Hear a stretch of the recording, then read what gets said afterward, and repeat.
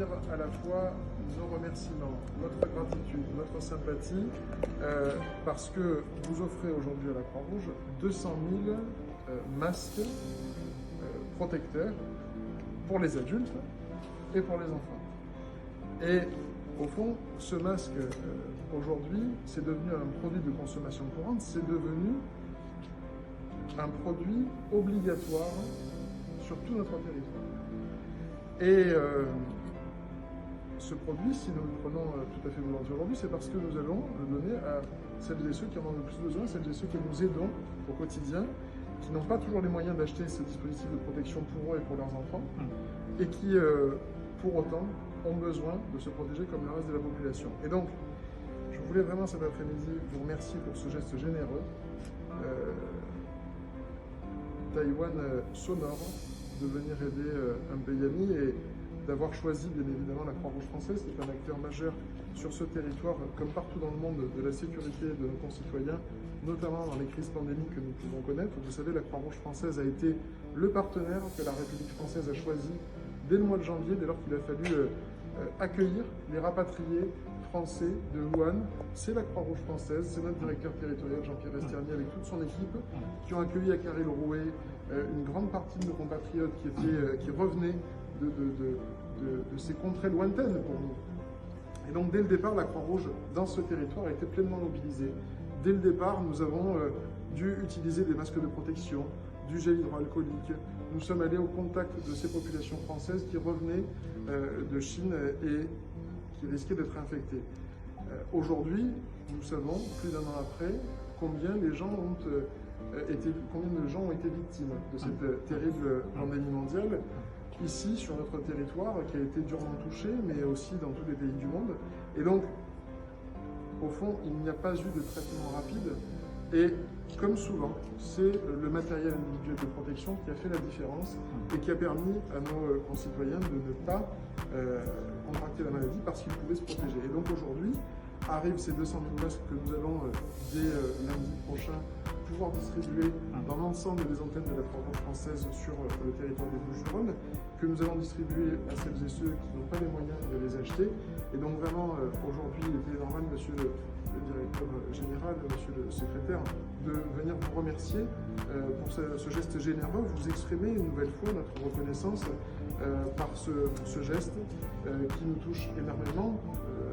À double titre, d'abord par sa générosité, ensuite parce que vous avez choisi la Croix-Rouge française, qui est, je le disais tout à l'heure, un acteur majeur dans le monde social, médico-social et sanitaire dans notre pays. Donc une nouvelle fois, merci beaucoup de cet effort, merci beaucoup de ce don, et soyez certains qu'à la Croix-Rouge, nous saurons en faire bon usage. Je vous remercie. Merci.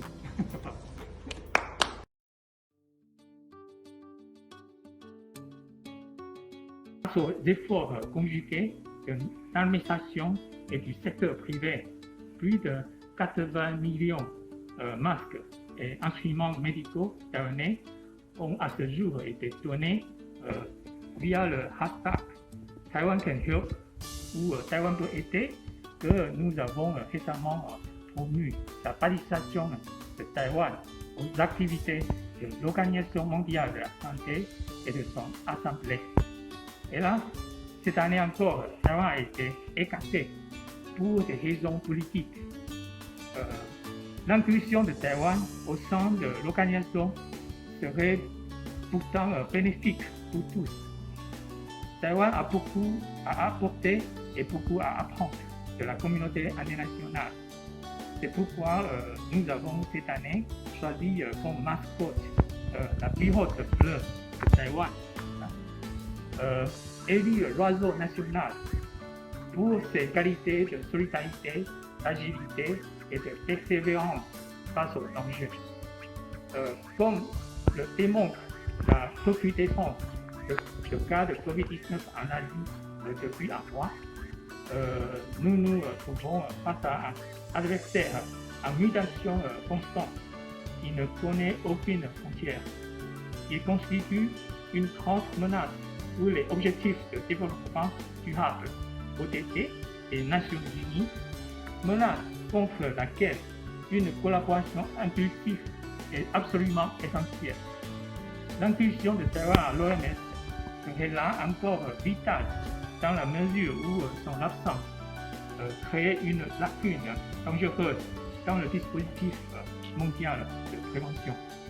Lui ne peut surmonter une telle crise seul et personne ne doit être laissé de côté.